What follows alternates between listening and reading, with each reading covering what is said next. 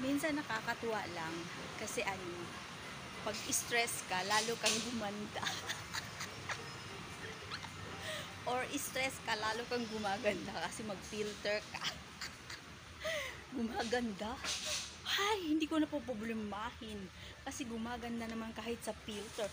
Filter. So, ayan guys, what we have today is I need to buy something. Chars. Taran! So, bibili ako ng chicken rice base. Kasi magluluto ako ng chicken rice. Why? Why? It's because meron kaming bisita.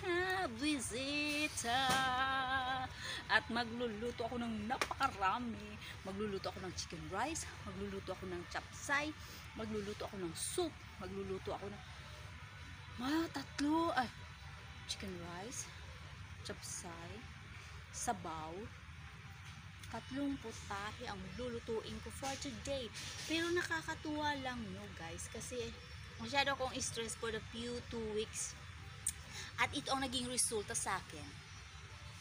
May tiyan naman, pero parang pumayat na ako or ano ba, bumagsak ba or ano, pero gusto kong itsura ko ngayon kasi gandang ganda ako sa filter ko.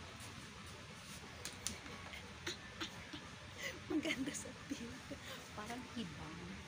Parang nahihibang. Maganda ako sa filter. Huwag nyo nang kontrahin. Maganda ako sa filter. Bibili pala ako ng toyo ba yun? Ay, hindi ko tuloy nakita. Toyo ba yung wala kami sa bahay? Or meron naman lahat? Gusto ko pala bumili guys ng bagoong. Kasi gusto ko magluto ng bagoong na may taba-taba. Ang kaya problema lang, walang stock ngayon. So, wala talaga as in. May mama na gustong lumapit sa magbibili sana siya dito. Nakita niya ako. Bigla siyang napahinto. Kasi nakita niya nagbi-video. So, baka hindi niya gusto yung may magbi-video. Kasi baka masali sila sa aking video. So, ayan. Pusin muna natin yung itsura natin. Maghanap tayo guys ng something na. Bibili pala ako ng luncheon meat kasi kailangan ko luncheon meat. So, ayan. At bibili ako ng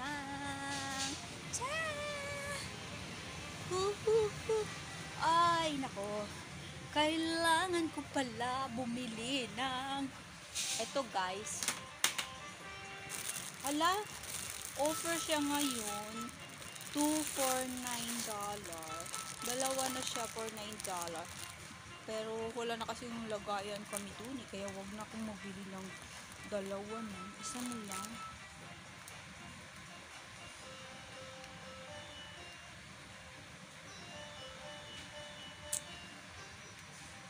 Dalawahin ko na nga kasi sayang.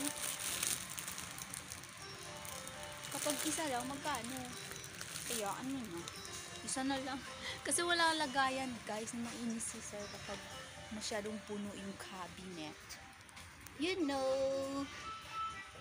Bye! See you in the next video.